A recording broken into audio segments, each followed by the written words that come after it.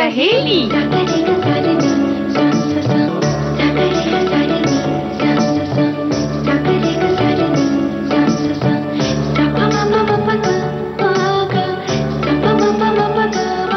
सखी सहेली।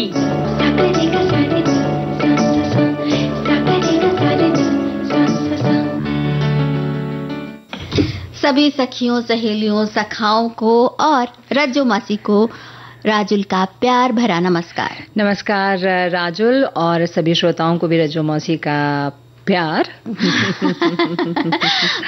मौसी, आज तो खास हफ्ता चल ही रहा है और आज उसी खास हफ्ते के बारे में बात की जाए तो कैसा रहे?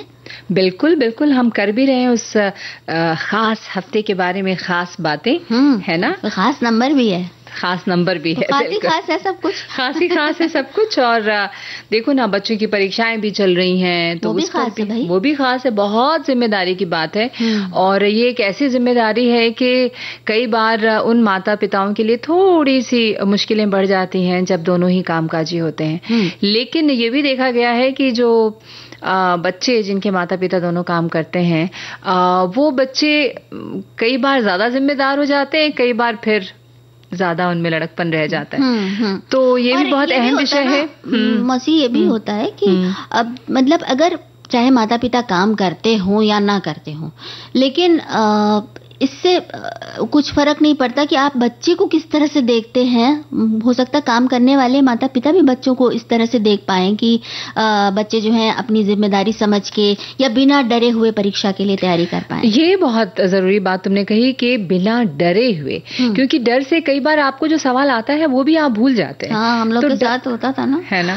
इतना अच्छा लगता, वो दिन मतलब बीत गए, गुजर गए। हाँ। लेकिन वो जब थे तो सच में डर तो लगता था और कितनी भी तैयारी हुई हो जाए वो डर अपनी जगह बिल्कुल तटस्थ रहता था कि मैं तो नहीं जाऊंगा। तो मौसी आज वो सारी बातें बताएंगी ना, मतलब जो डर वाली बातें होती हैं जो हम लोग को समझाया करते थी, वो सब समझाएंगे आप? बिल्कुल बिल्कुल, हम वो सब बातें करेंगे।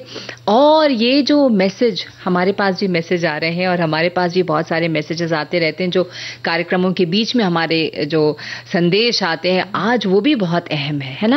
अहम मतलब कि कैसे कैसे संवाद का एक मतलब खास माध्यम बन चुके हैं ये। बिल्कुल। और लेकिन बहुत बातें जो है इस पे ध्यान रखने की है ना? हाँ हाँ, मतलब इतना ज्यादा वो आम हो चुके हैं, संवाद का इतना अहम जरिया होते हुए भी इतने आम हो चुके हैं कि हम उनकी खासियत पे विचार ही नहीं कर पाते और हम भूल जाते हैं जब मैसेज करते हैं कि हमें क्या ध्यान रखना है और क्या नहीं रखना है। तो चलिए अपने श्रोताओं से भी पूछ लेते हैं ना कि क्या ध्यान रखा जाए, क्या ना ध्यान रखा जाए। बिल्कुल, वो हमें लिखकर भेजेंगे, हमें संदेश भेजेंगे कि भाई क्या मैसेज, और वो जब मैसेज करेंगे तो उनको भी इन बातों का ध्यान रखना होगा। बिल्कुल रखना है ना? होगा। और व्यंजन में क्या बता रही हो आज? व्यंजन में तो बस सस्पेंस है ना? सस्पेंस है। चलो रहने देते हैं, गीत सुन लेते हैं। हाँ, गीत सुन लेते हैं, लेकिन हम ये कहेंगे कि हमारे श्रोता जो हैं वो भी व्यंजनों के बारे में हमें बताते चलें, कुछ खास अगर सर्दियों में बना रहे हो, क्योंकि हम लोग आज सर्दियों की बातें करने वाले हैं, तो कुछ बना रहे हो तो जरूर बताएं हमें। बिल्कुल बिल्कुल। सारे जमाने पे, मौसम सुहाने पे, इस दिल दीवाने पे वीरानी सी थी छाई, आप आए बाहर आई हो। सारे जमाने पे, मौसम सुहाने पे, इस दिल दीवाने पे वीरानी सी थी छाई, आप आए बाहर आई हो।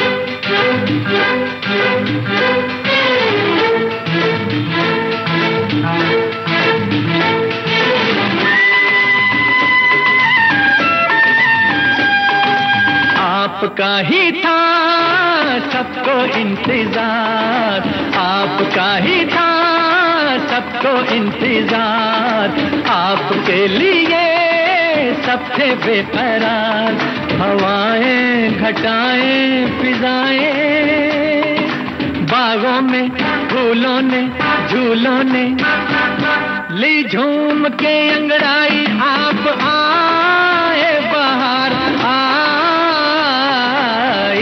हो। सारे जमाने पे मौसम सुहाने पे, इस दिल दीवाने पे वीरानी सी थी छाई, आप आए बाहर आई हो।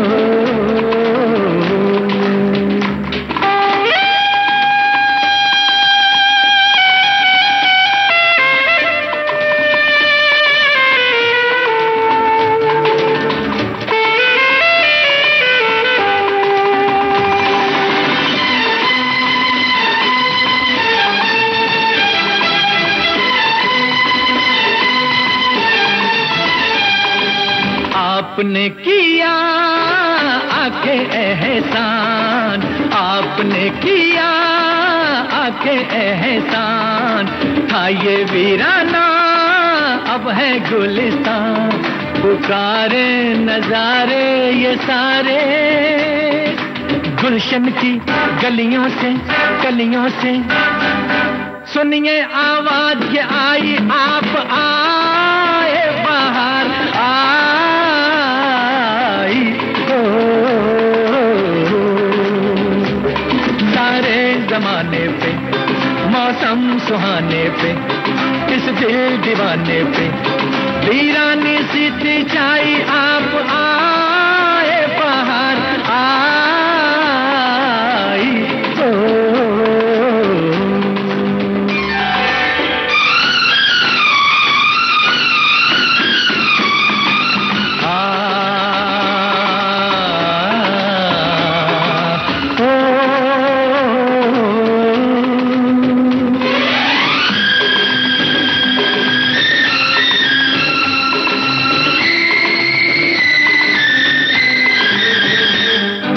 लीजिए ना बस अब जाने का नाम, लीजिए ना बस अब जाने का नाम, रूठ जाएंगे जलवे ये तमाम, ये बस्ती ये मस्ती ये हस्ती, ऐसा ना हो जाए बन जाए ये महफिल फिर तन्हाई, आप आए बाहर आई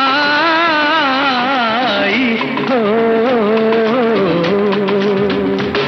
सारे जमाने पे मौसम सुहाने पे, इस दिल दीवाने पे वीरानी सी थी छाई, आप आए बाहर आई हो।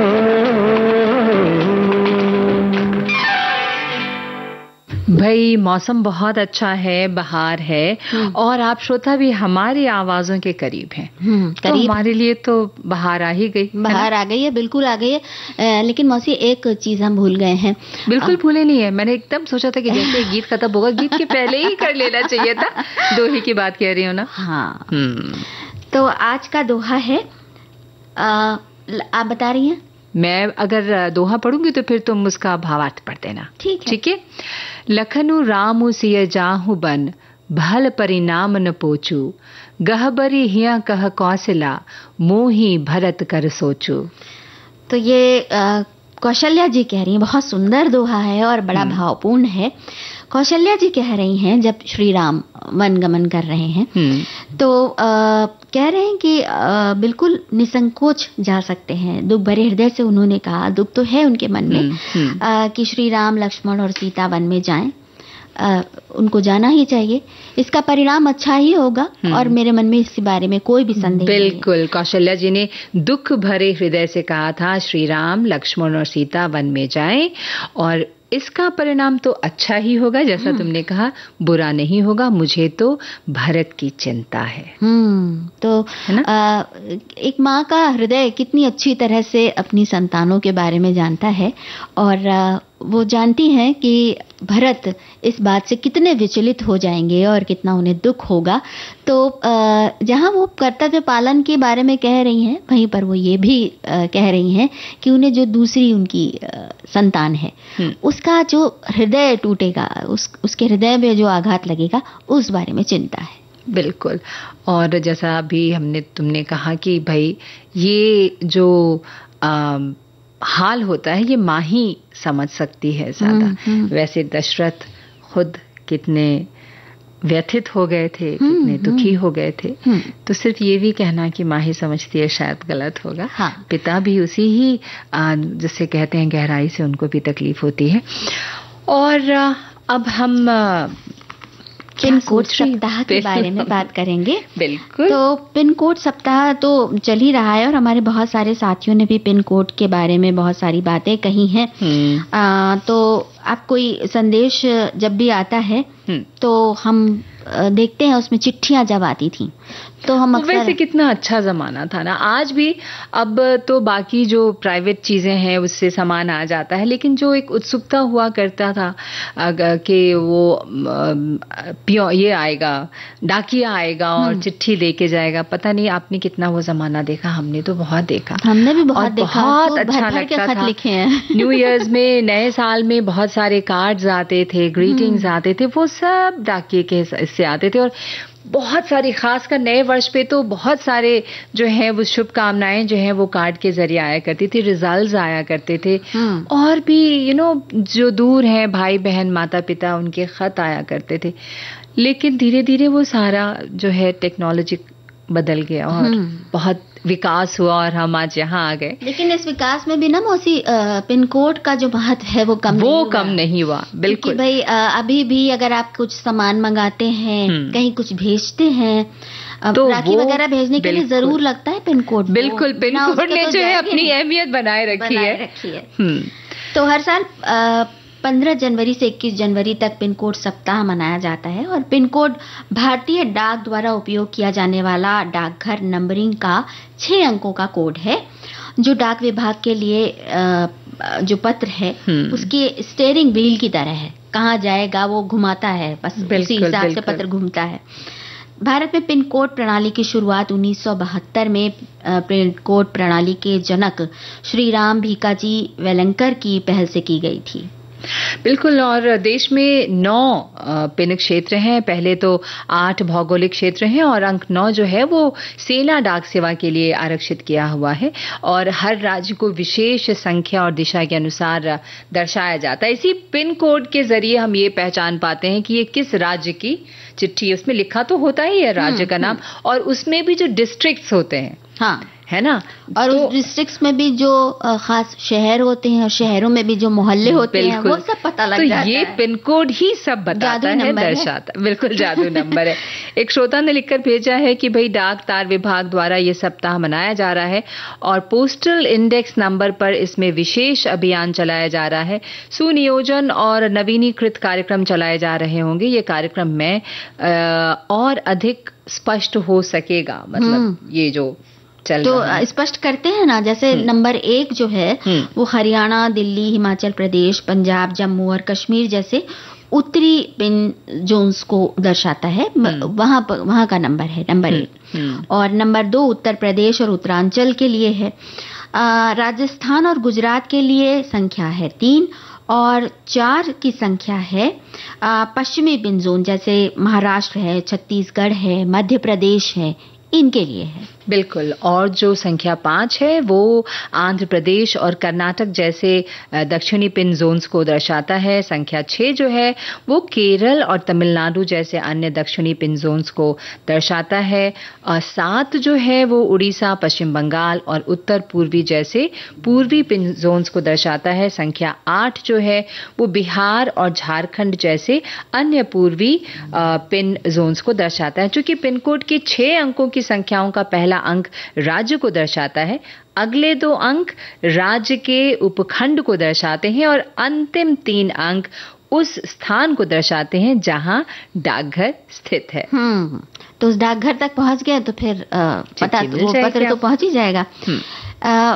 एक पिन कोड जो है वो 6 अंकों की संख्याओं का होता है, जिसके माध्यम से लोगों के लिए एक समय अवधि के भीतर कई स्थानों को ढूंढना और खोजना बहुत आसान हो जाता है ना मौसी? बिल्कुल। इस पिन कोड की मदद से आपके पैकेज बिना किसी भ्रम या त्रुटि के कुशलतापूर्वक आप तक पहुंचते हैं। आज भी दुनिया कितनी डिजिटल हो रही है, हम लोग ये बात अभी कर ही रहे थे, लेकिन डिलीवरी करने वालों को आपके ऑनलाइन शॉपिंग पैकेज को आपके स्थान पर या आपके ऑफिस में अगर डिलीवर करना हो तो उसके लिए पिन कोड की जरूरत पड़ती ही पड़ती है।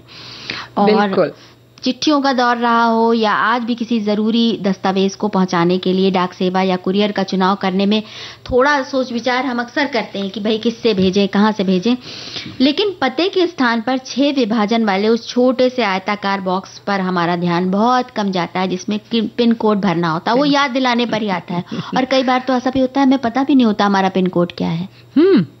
बहुत सारे लोगों को हाँ, ये बात है कि बहुत सारे लोगों को जरूरत ध्यान शायद इसलिए इस ओर नहीं जाता होगा कि उनको उसकी शायद बहुत ज्यादा जरूरत नहीं होती होगी, और आज चीजें बहुत बदल गई हैं। लेकिन जैसा तुमने कहा कि बहुत सारी डिलीवरीज आज की भी डेट में जो बहुत सारे कुरियर सर्विसेज हैं, तो वहां भी जो पिन कोड है उसको तो लिखना तय है, उसके बिना काम नहीं चलेगा।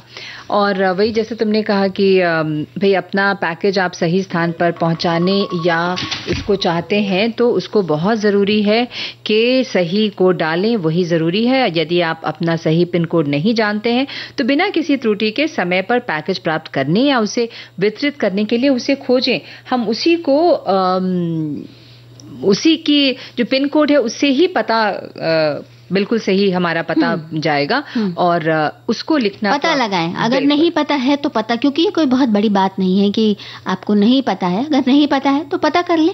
आज मतलब जब जागो तब सुबह हुई ना, बिल्कुल बिल्कुल। तो मौसी हम भी जाग के जरा एक गीत सुन लें। जरूर।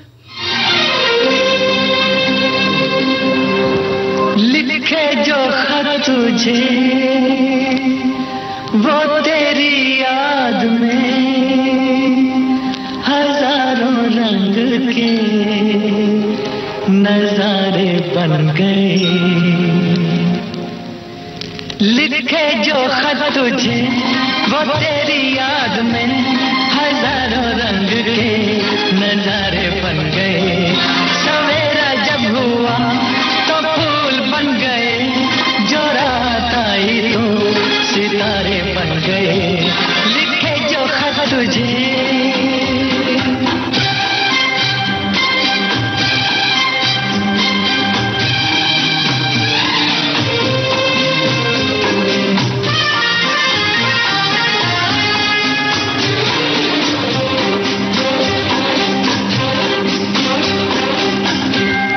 कोई नगमा कहीं गूंजा, कहा दिल ने ये दुआई, कहीं चटकी कली कोई मैं ये समझा तो शर्माई।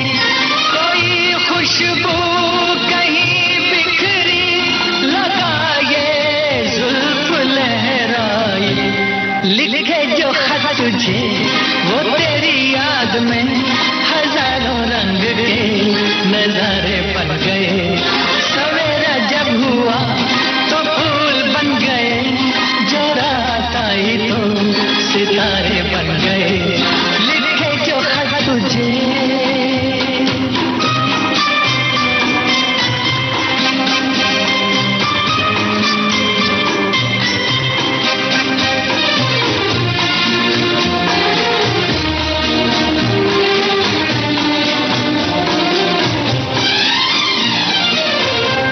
फिजा रंगी अदा रंगी, ये इठलाना ये शर्माना, ये अंगड़ाई ये तन्हाई, ये तरसा कर चले जाना। बना देगा नहीं किसको जवां जादू ये दीवाना। लिखे जो खत तुझे वो तेरी याद में हजारों रंग के नजारे बन गए। सवेरा जब हुआ तो फूल बन गए, जो रात आई तो सितारे बन गए, लिखे जो खत तुझे।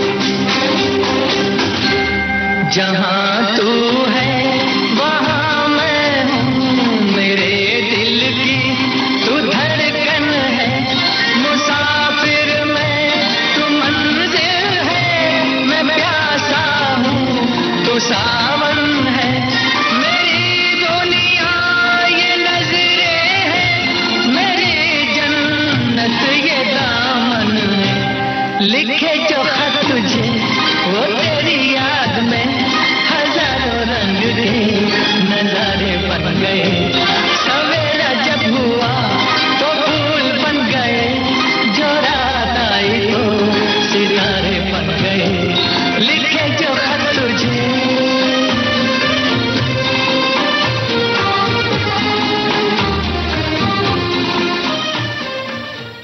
राजुल, हाँ बोलो बोलो, बताइए। नहीं, आप क्या कह रहे थे? हमारे एक साथी ने पिन कोड के बारे में कहा है कि पिन कोड तो हमारी याद में लागू हुआ, पर कभी कभी चिट्ठियां तो बिना टिकट और लिफाफे के भी चली आया करती थी और उस पर बैरंग लिखा रहता था। तब डाकिया जो चिट्ठी लेकर आते थे वो टिकट से ज्यादा पैसा लेते थे जिनको वो चिट्ठियां देते थे उनसे। हाँ, हो सकता है कि उस पे स्टैंप नहीं लगा हो, बिना पते के तो चिट्ठी नहीं आ सकती। और लेकिन ऐसा था कि आसपास के लोग भी जानते थे एक दूसरे को, तो कह देते थे कि भाई वो वहां की चिट्ठी है ना। और ये बात सही है कि पिन कोड न लिखने पे तो वक्त ज्यादा लग जाता था। ऐसे ही हमारे एक श्रोता ने लिखा है कि हमारे बचपन के जमाने में चिट्ठियां लिखी जाती थी, तब पिन कोड हम जरूर लिखते थे, बड़ा इंतजार करते थे चिट्ठी के जवाब आने का। दिवाली पर रंग बिरंगे कार्ड भेजते थे, किराना की दुकान पर कार्ड देखते थे, कुदरती दृश्य वाले कार्ड, हीरो हीरोइन वाले कार्ड। वाह क्या जमाना था वो। अब मोबाइल आने के बाद सब पीछे छूट गया है। पोस्ट ऑफिस गए हुए जमाना हो गया, दूर से देखते हैं। अब तो सब कुछ कुरियर से भेजा जाता है, लेकिन वहां भी पिन कोड अति आवश्यक होता है। ये मैंने ऐड कर दिया है। अति आवश्यक तो होता है। अच्छा मौसी, एक बात है, हम अक्सर इस बात के लिए दुखी होते हैं कि अब ये जमाना नहीं रहा, चिट्ठियों का जमाना नहीं रहा। अरे जमाना बनाने वाले तो हम ही है ना। बिल्कुल, बहुत मन कर रहा तो एक चिट्ठी लिख डालिए ना। लेकिन आज देखो तो लोगों के पास वक्त ही नहीं है ना, सब यही रोते हैं ना, समय नहीं है, समय नहीं है। और अब ये समय कहाँ जाता है, किधर जाता है, क्यों नहीं उनको बता के जाता, और वो क्यों नहीं पूछते हैं कि वक्त तुम कहाँ जा रहे हो। तो बस यही परेशानी है। वरना आज भी आप मेल लिखते हैं या मैसेज लिखते हैं, जिस पे हम बात करेंगे, लंबे लंबे मैसेजेस लिखते हैं। भाई कई बार तो जानती हो राजुल, बहुत पढ़ते पढ़ते भी ना लगता है कि लोग इतने लंबे लंबे संदेश लिखते हैं, बगैर सोचे समझे भी लिखते हैं। लेकिन तुम मुस्कुराते हुए मुझे चुपचाप देख रही हो, मैं गलत कह रही हूँ क्या? नहीं, बिल्कुल सही बात है ना। तो ऐसा होता है। तो जमाना, बिल्कुल तुमने सही कहा कि हम हैं, जमाना है, जमाना वक्त है, वक्त बढ़ता रहता है, चलता रहता है। तो आप वो जमाना लाना चाहते हैं तो अपने दोस्तों को खत लिखें, बिल्कुल पिन कोड सही लिखिएगा। देखिए बहुत अच्छा लगेगा किसी की लंबी सी चिट्ठी अक्षरों के साथ, उसमें बहुत सारे एहसास गुथे होते हैं, प्रेम गुथा होता है, उसमें उनका वो वक्त होता है जो उन्होंने लिखने में लगाया। ले आइए वो जमाना, किसने मना किया है। बिल्कुल। और अगर वो जमाना नहीं आ रहा है, कागज पे लिखने की आदत छूट चुकी है, तो इसे स्वीकारें। और एक नई तकनीक आ गई है, उसको स्वीकार कर ले, उस पूरे मन से खुले दिल से उसका स्वागत करें।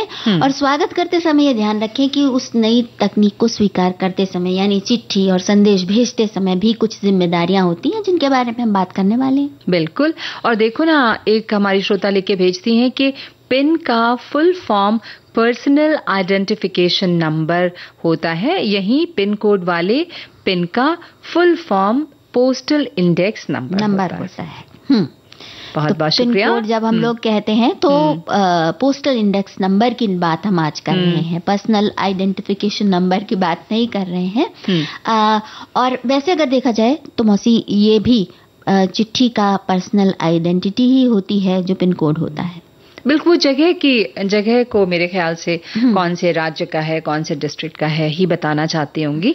और जब हम लिखते हैं कुछ तो वहाँ हमारी सोच, हमारा चरित्र, हमारा व्यक्तित्व, ये सब कुछ उजागर होता है। इसलिए बहुत ज़रूरी होता है आप जो मैसेज लिखते हैं कैसा लिखते हैं, कैसे कैसे भेजते हैं, इमोजीज डालते हैं उसमें, और कैसे आपको पता है कि इस इमोजी का अर्थ क्या है ना?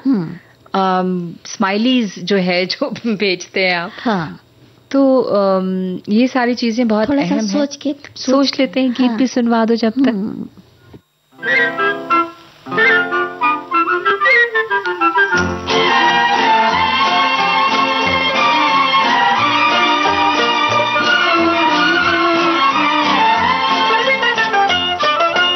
फूलों पे निखार है, बहार पे बहार है, आजा कसम तो है प्यार की हो।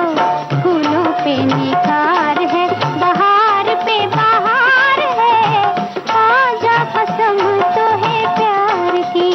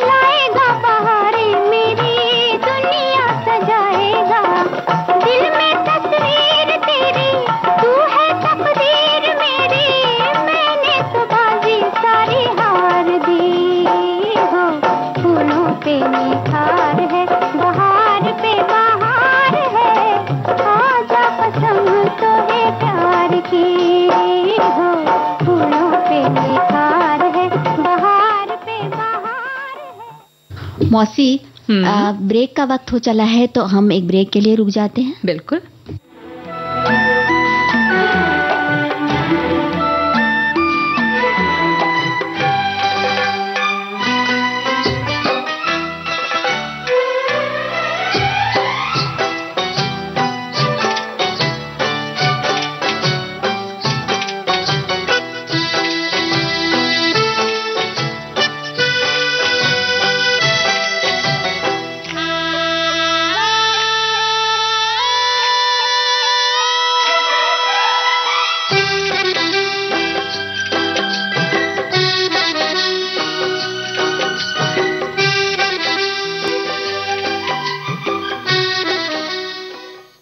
छोटा सा ब्रेक पूरा हो गया और हम लौट आए हैं देश की सुरीली धड़कन विविध भारती पर। कार्यक्रम है सखी सहेली और हमारे साथ हैं रज्जू मौसी। बिल्कुल रज्जू मौसी। तो मौसी संदेशों की बात कर रहे थे ना? बिल्कुल। और हमारे पास संदेश, देखो कितने सारे संदेश आ गए हैं, वो तो हम शामिल करेंगे ही, लेकिन व्हाट्सएप जो है जिस पर हम संदेश भेजते हैं, एक दूसरे से कनेक्टेड रहते हैं, उसमें कई तरह के संदेश जो हैं हम एक दूसरे को भेजते हैं, जिसमें कुछ चीज़ें ऐसी हैं जो मुझे लगता है कि खुद पे थोड़ा सा धैर्य की ज़रूरत है, सोचने की ज़रूरत है। और आप कई बार ना, जब आपके हाथ में एक ऐसी चीज है जिसको आप उपयोग तो करते ही हैं, लेकिन उसका कई बार दुरुपयोग भी करते हैं। हाँ, देखिए हमारे एक साथी ने लिखा है ना कि मैंने सबको कह रखा है कि मुझे फालतू मैसेज नहीं भेजें, क्योंकि इतने सारे मैसेज ध्यान से देखना संभव नहीं है, इसलिए तर्कसंगत लगते ही मैसेज करें और 5 मिनट से ज्यादा लंबा वीडियो ना भेजें और मेरे रिप्लाई का इंतजार ना करें। ये हुई बिल्कुल साफ गोई की बात। वैसे सही बात है, जैसे फॉरवर्ड भेजने पर जब आते हैं कुछ लोग, तो वो फॉरवर्ड पर फॉरवर्ड भेजते जाते हैं और बिना ये सोचे कि इस फॉरवर्ड की कितनी अहमियत है या उसका मतलब क्या है। और कई बार मजे की बात तो ये होती है मौसी कि एक व्यक्ति का फॉरवर्ड आता है, आप दूसरे का खोलिए, वही फॉरवर्ड उसके उसमें भी होता है, तीसरे के में भी वही होता है, मतलब इतना प्रचलित फॉरवर्ड हो चुका होता है कि वो आता जाता है। और इसमें कई बार गलत मतलब अफवाहें भी होती हैं। चलिए, कई बार बहुत अच्छे संदेश होते हैं, कई बार बहुत सी अफवाहें होती हैं जो दूसरे तरह का रंग रूप लेने लगती हैं। और अगर आप एक छोटा सा संदेश खुद लिखते हैं, मैंने देखा है बहुत से लोगों को ये कहते हुए सुना है कि मैं फॉरवर्ड मैसेज का जवाब नहीं देता हूँ या नहीं देती हूँ, क्योंकि उस इंसान ने सिर्फ फॉरवर्ड किया है। अब जिसने एक बना दिया, अब उसको 10 लोग फॉरवर्ड कर रहे हैं। एक पर्सनल, जो एक व्यक्तिगत जिसे कहते हैं कि संदेश होता है ना, लगता है कि आपने अपना नाम लिखकर किसी को भेजा। वो हर किसी त्योहार पर लोग संदेश भेजते हैं एक दूसरे को। एक तो ये जो शुभ प्रभात, गुड मॉर्निंग, कई बार ये भी बहुत विचलित करता है लोगों को कि अब आपको छुट्टी के दिन लोग बैठे मैसेजेस डिलीट कर रहे होते हैं। वो भी एक काम बढ़ गया है, सच पूछो तो, है ना। ये बात मतलब कई बार जब हम करने लगते हैं मैसेज, तो हमें लगता है कि हमारी जिम्मेदारी बन गई है कि हम दूसरों को शुभ दिन या कुछ इस तरह के दिन के साथ उनको शुभकामनाएं दें। लेकिन एक बात है मौसी कि ये मैसेज जो हम करते हैं, तो वो हम अपने से छोटों को भी करते हैं, अपने से बड़ों को भी करते हैं। तो थोड़ा सा फर्क होता है। जब हम भाषा की बात करें अगर, तो छोटों को लिखने वाली भाषा दूसरी होती है और बड़ों को लिखने वाली भाषा दूसरी हो जाती है।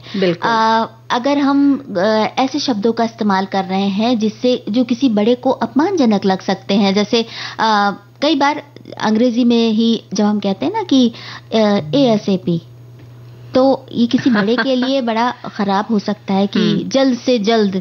तो मतलब ये थोड़ा सा ऐसा लगता है कि हम उनके सम्मान का ध्यान देते हुए। बिल्कुल। हमारे एक श्रोता ने लिखा है कि मैसेज कैसे करें, जरूरी इसमें भी कोई ना कोई तकनीकी छिपी हुई है।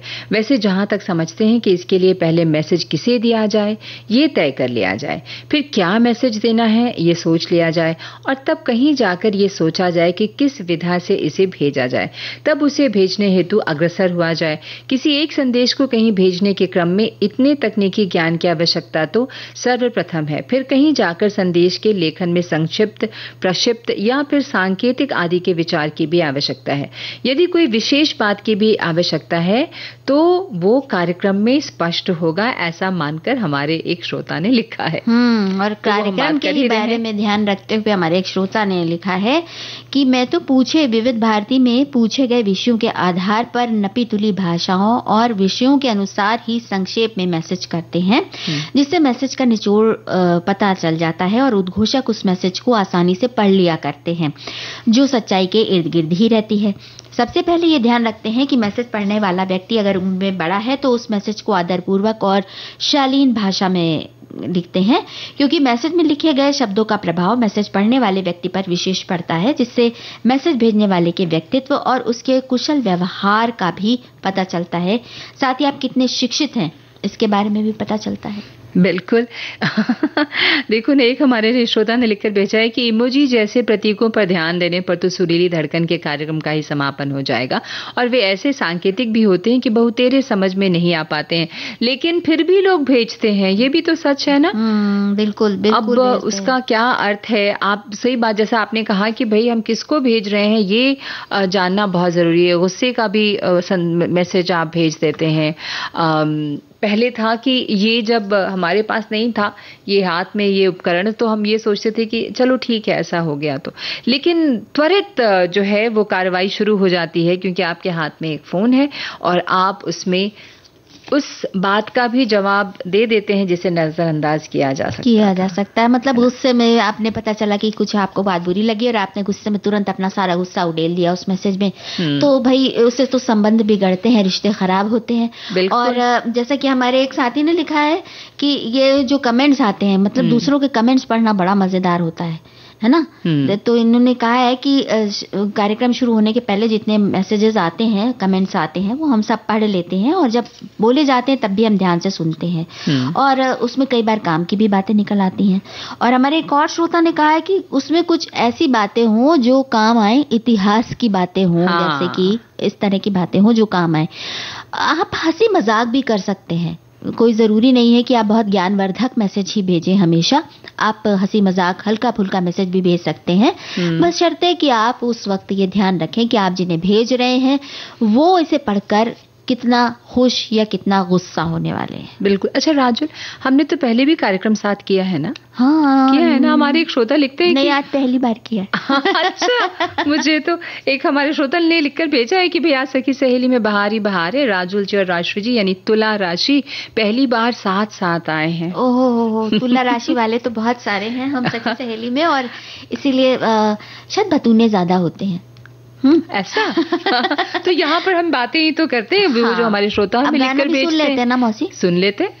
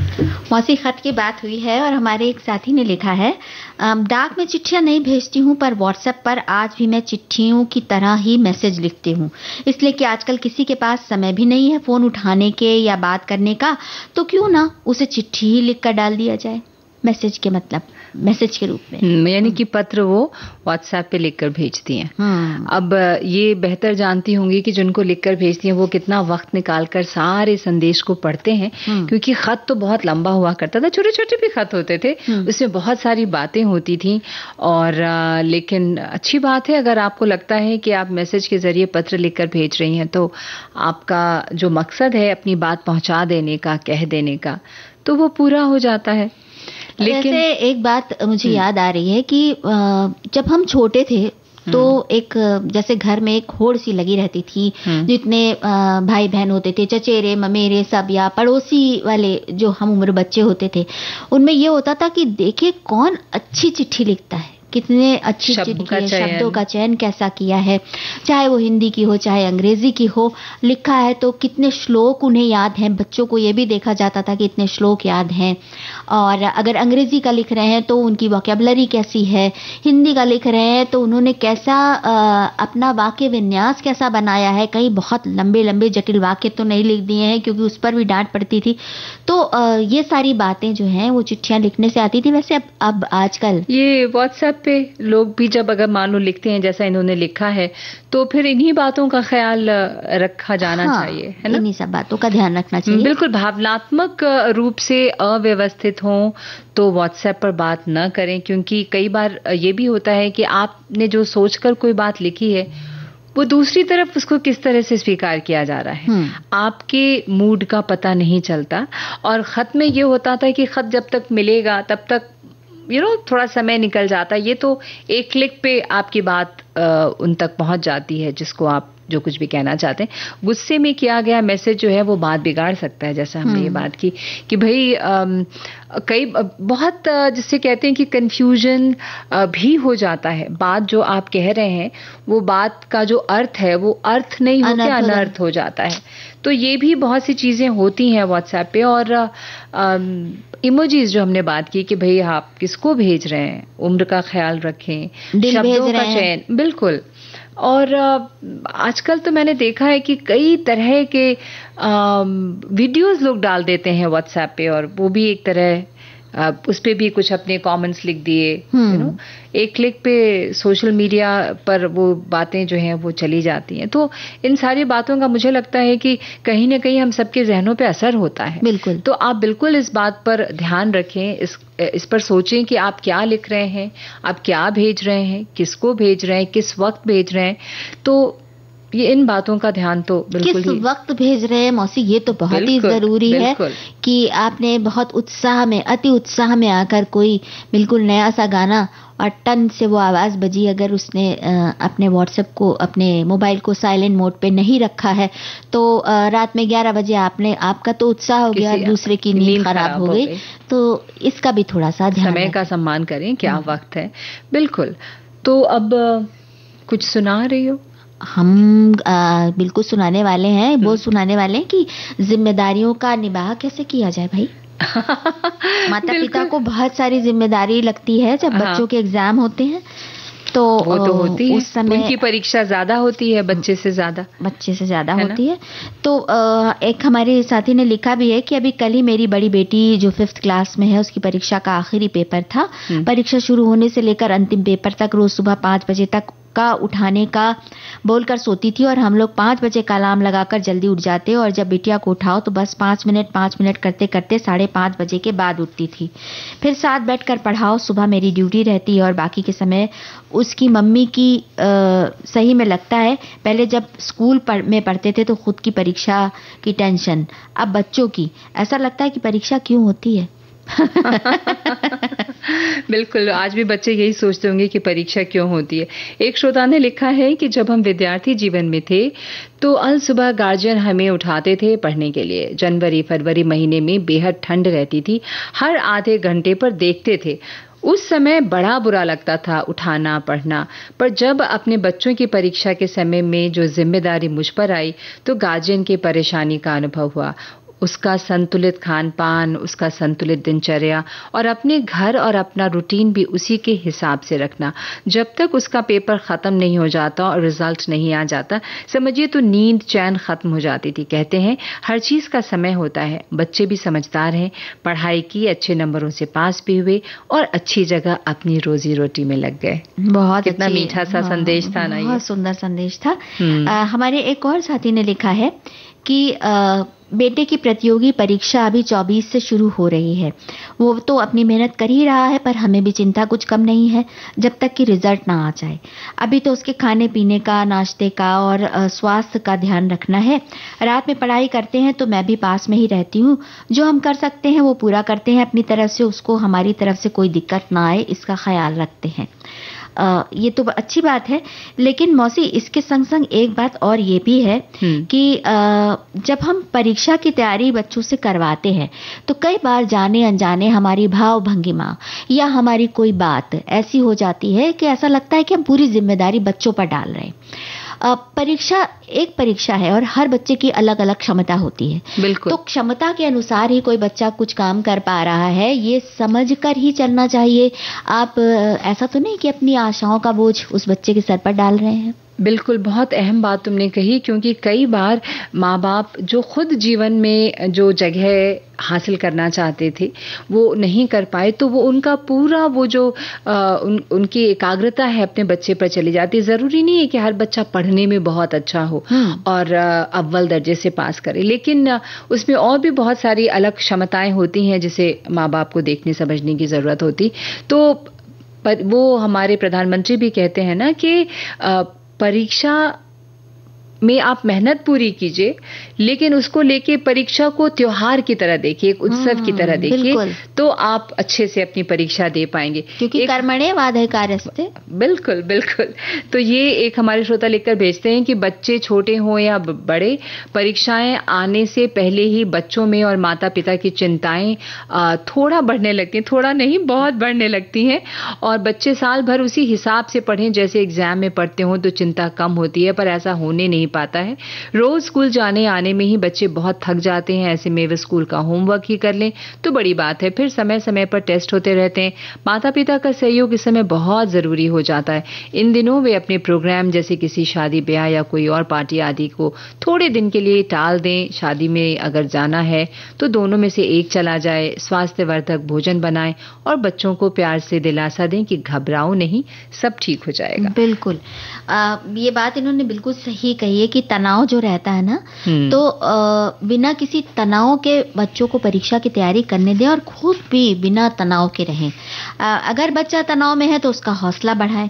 और एक बात ये बहुत खास है कि हर समय किसी न किसी बात के लिए टोकते ना रहें कि अभी तो तुम बैठे थे पढ़ने के लिए, फिर उड़ गए, अच्छा कितनी बार पेंसिल बनेगी तुम्हारी, लो अब इनकी फिर से नहीं बदलेगी। मतलब माँ बाप कहते हैं कि देखो समय काट रहा, समय निकाल रहा है, हाँ। बिल्कुल कुर्सी पे बैठा नहीं जाता, बिल्कुल एकाग्रता नहीं है ना। हाँ, ये सब बातें कहते हैं। हाँ। तो भाई बहुत टोका टाकी ना करें। हो सकता है बच्चे को थोड़ा सा ब्रेक लेके अगर आप बैठने के लिए दें, अगर उसको इसकी बात बाहर निकल जाए, आप खुद कहें उससे कि थोड़ा बाहर निकल लो, थोड़ा फ्रेश हो लो, तो एक माहौल जो है ना घर का वो बहुत सकारात्मक रखने की जरूरत है। और बच्चों के साथ हमेशा खुश रहने की कोशिश करें ताकि उनका दिमाग पढ़ाई में लग सके। सभी माता पिता चाहते हैं कि भाई उनका बच्चा औरों की तुलना में सबसे आगे रहे, लेकिन बच्चों पर इस तरह का दबाव बिल्कुल भी नहीं डालें। हर बच्चा अलग होता है और सबकी क्षमताएं भी दूसरे से अलग होती हैं। तो अपने बच्चे की हिम्मत बढ़ाएं। सफल हो चुके लोगों ने जो मुश्किलें झेली हैं उनके बारे में बच्चों को जरूर बताएं। और किसी विशेष परीक्षा की कभी कभी बच्चे तैयारी कर रहे होते हैं, तो उस समय मतलब उनका पूरा जीवन उसी के इर्द गिर्द घूमता रहता है। यदि वो परीक्षा में खराब प्रदर्शन करते हैं तो उनके मन पर बहुत बुरा असर पड़ता है। तो ऐसे में माता पिता की ये जिम्मेदारी बन जाती है कि जिस वक्त वो परीक्षा की तैयारी कर रहे हो उसी वक्त से उनके दिमाग में ये बात डाल दें कि जीवन परीक्षा नहीं तक सीमित नहीं है। बिल्कुल, जीवन उससे बहुत आगे की चीज है। तो कोई भी परीक्षा हो उसमें अपना सर्वश्रेष्ठ देने की कोशिश हम कर सकते हैं, लेकिन अगर सर्वश्रेष्ठ नहीं है तो इसका मतलब ये नहीं हुआ कि हम बेकार हैं। बिल्कुल, नंबर मतलब आपका जीवन नहीं तय करेगा। बिल्कुल। और एक श्रोता ने लिखकर भेजा है कि परीक्षा के नाम नाम से ही खौफ की सी स्थिति हो जाती है, वो चाहे बच्चे हों या बड़े। घर का माहौल सौहार्दपूर्ण रखें, ऐसा लिखा है उन्होंने। बच्चों को हमेशा खुश और पॉजिटिव रखने की कोशिश करें ताकि उनका दिमाग पढ़ाई में लग सके। माता पिता को परीक्षा के समय बच्चों को पूरा समय देना चाहिए, उसके खाने पीने का ध्यान रखना चाहिए और अनावश्यक तनाव से बचते रहना चाहिए। बहुत अच्छा संदेश इन्होंने लिखकर भेजा है। आगे ये भी लिखते हैं कि भाई पूरा ध्यान पढ़ाई में लगाएं, उसकी पढ़ाई पर भी नजर रखें, बच्चा क्या पढ़ रहा है, उसने कोर्स पूरा किया है या नहीं, और कर लिया तो रिवीजन करे। परीक्षा के दौरान भी उसे थोड़ी बहुत खेलने की छूट भी दें, जिससे बच्चा तनाव मुक्त होकर पढ़ाई करेगा। बहुत अच्छी बात कही इन्होंने, मतलब उसकी समस्या को समझेंगे, यही बस मत चिल्लाते रहें कि तुम पढ़ाई में ध्यान नहीं लगा रहे। हो सकता है कि कोई विषय ऐसा हो जिसमें उसको थोड़ी परेशानी हो रही हो, या कुछ ऐसा हो कि उसने घबरा रहा हो, इतना सारा कोर्स देके घबरा रहा हो। मान लीजिए पूरे साल बच्चे ने पढ़ाई नहीं की, तो अब आपके डांटने से इस वक्त उसे याद नहीं होने वाला है, बल्कि जो कोशिश वो करने वाला है उसमें भी कमी आ जाएगी और इस तरह से जो बना बनाया खेल है वो पूरी तरह से बिगड़ जाएगा। देखो ना, हम हर त्योहार की तैयारी करते हैं ना राजुल, तो हम में इसमें तनाव तो नहीं होता, हम बहुत खुश होते हैं, कपड़े बनवाते हैं, घर में खान पान मीठा सब कुछ बनता है, सब तैयारियां होती हैं। तो हमारे प्रधानमंत्री का यही कहना है कि भाई उसको भी आप परीक्षा को भी एक उत्सव की तरह लीजिए, उसकी तैयारी कीजिए, उसमें मजा लीजिए, आप उसको समझें। जैसे मान लो बहुत से ऐसे विषय होते हैं जो बच्चों को नहीं समझ में आते, तो मुझे लगता है कि माँ बाप थोड़ा सा उसको समझें, और ऑफ कोर्स जो अध्यापक अध्यापिकाएं हैं उनकी भी जिम्मेदारी बनती, क्योंकि मैंने देखा है कि जो सब्जेक्ट जो विषय आपको बहुत अच्छे से समझ नहीं आता ना, उसमें आपकी रुचि घटने लगती है। हाँ। फिर आपको वो पढ़ने में मजा नहीं आता। ये मैथ्स ऐसी चीज जिनको बहुत पसंद है, इसीलिए ना कि वो समझ चुके हैं, उसमें कोई उनको जटिलता नजर नहीं आती। बाकी तो जो है इतिहास है, ये है वह है, वो तो एक दूसरे तरह के ही इंटरेस्ट के विषय होते हैं। तुम बिल्कुल गाना बजाने के लिए तैयार हो बचा? बिल्कुल।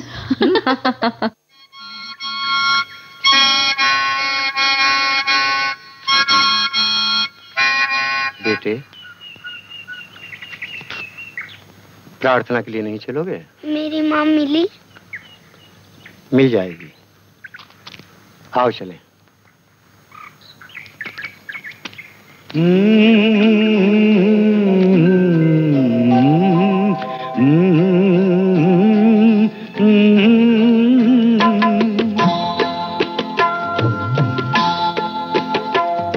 हमारी मुट्ठी में आकाश सारा, जब भी खुलेगी चमकेगा तारा।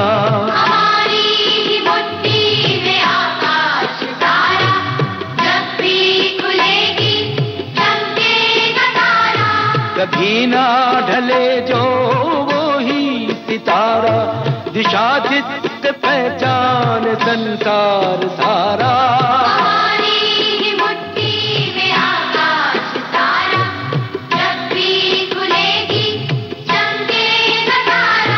हमारी मुट्ठी में आकाश सारा, जब भी खुलेगी चमकेगा तारा।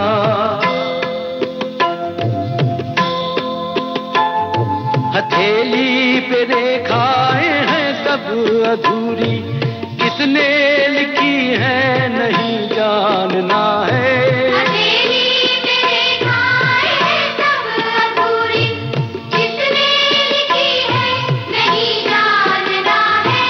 सुलझाने उनको ना आएगा कोई, समझना है उनको ये अपना करम है।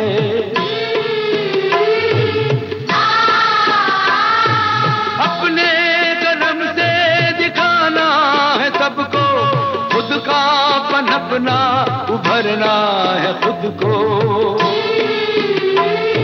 अंधेरा मिटाए जो नन्हा शरारा, दिशा जिससे पहचान संसार सारा।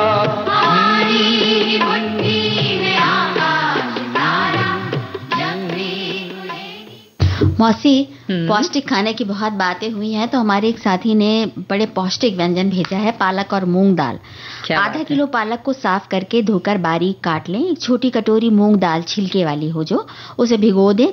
लहसुन, अदरक, हरी मिर्च का पेस्ट, गरम मसाला, नमक, धनिया पाउडर, एक बड़ी कटी हुई प्याज, ये सब इकट्ठा कर लें। अब एक कढ़ाई में 2 चम्मच सरसों का तेल डालें। गर्म होने पर तिल, राई, जीरा, साबुत लाल मिर्च डाल के भूनें। प्याज डाल दें, उसको भी हल्का गुलाबी होने तक भून लें। फिर उसमें अदरक, लहसुन, मिर्च का पेस्ट डालें, थोड़ा सा भूनें, सारे मसाले डाल दें। अब मूंग की दाल डाल दें और ढककर करीब 10 मिनट तक पका लें। और अगर लगे तो थोड़ा सा पानी भी डाल सकते हैं। पालक डालकर अच्छे से पका लें और फिर गर्मा गर्म बाजरे की रोटी के साथ खाएं। बहुत बढ़िया, तो बना के खिलाऊंगी एक दिन। हाँ बिल्कुल, इसमें नेकी और पूछ। और देखो ना, एक अनानास की चटनी तुमने कहा था आज बताओगी, तो मैं बता रही हूँ। तुमने लिख के रखा है मेरे लिए, तो मैं अपने श्रोताओं को बताऊं कि भाई कढ़ाई में 2 टेबलस्पून रिफाइंड ऑयल गरम करके उसमें साबुत लाल मिर्च, चुटकी भर कलौंजी, सौंफ, 1 टीस्पून घिसी हुई अदरक से छौंक लगाएं। फिर उसमें 300 ग्राम कटे अनानास के टुकड़े डाल दें। चुटकी भर हल्दी पाउडर और नमक डालकर धीमी आंच पर मुलायम होने तक पकाएं। जब ये ठंडा हो जाए तो ब्लेंडर से इसका पेस्ट तैयार कर लें और इसमें 250 ग्राम के आसपास चीनी, है ना, मिलाकर दोबारा गाढ़ा होने तक पकाएं। फिर इसमें 2 टेबलस्पून एप्पल साइडर विनेगर, ये वैसे भी जानती हो, कहते हैं अगर सुबह खाली पेट लो तो बहुत अच्छी चीज़ है एप्पल साइडर विनेगर। और ठंडा होने के बाद इसे किसी कांच के मर्तबान में, शीशे के जार में पैक करके फ्रिज में रख दें। तो ये काफी दिन चलता है इसका मतलब। बहुत बढ़िया। मौसी ने चटनी बता दी है तो फिर हम कुछ जल्दी से नमकीन भी देख लेते हैं। बताओ ना। शकरकंद बहुत फायदे की होती है। तो शकरकंद, स्वीट पोटैटो जिसको बोलते हैं ना, स्वीट पोटैटो बोलते हैं। तो आज हम स्वीट पोटैटो डिस्क बनाएंगे। अच्छा। तो 3 बड़े शकरकंद ले लें और आधा कप ओट्स, और आधा, को कई बार भून भी लेते हैं, उसको भुनना नहीं है, ऐसे ही ठीक है। आधा शिमला मिर्च कद्दूकस की हुई और आधा गाजर कद्दूकस किया हुआ, और 1 चम्मच काली मिर्च पाउडर, 1 बड़ा चम्मच जीरा पाउडर और तलने के लिए तेल, नमक स्वादानुसार। ओट्स को ब्लेंडर में पीस लें और शकरकंद को उबाल कर छीलें और मैश कर लें, कोई गांठ ना रहे उसमें। सब्जियां, ओट्स और मैश किए हुए शकरकंद को एक साथ मिलाकर उसका आटा गूंथ लें। पानी नहीं डालना, मतलब ओट्स को और शकरकंद को। हाँ, और सब्जियां भी जो कद्दूकस की हुई हैं। फिर नींबू के आकार का एक बड़ा शकरकंद का आटा लें, गोला, हाँ, और उसकी चिकनी सी बॉल बनाकर उसे डिस्क बनाने के लिए चपटा करें। अगर ज्यादा मोटा होगा तो ये बीच में कच्चा रह जाएगा, तो इससे चपटे करते समय ध्यान रखें कि कोई दरार ना होने पाए उसमें। और फिर एक लोहे की कढ़ाई में तेल गरम करें और डिस्क को दोनों तरफ से सुनहरा होने तक तल दें, और इससे जो चटनी बनाई है मौसी ने उसके साथ खा ले। हाँ। बहुत बढ़िया। और हम इजाजत ले लें क्योंकि समय कह रहा है। तो आप सभी को राजुल और रजो मौसी का नमस्कार।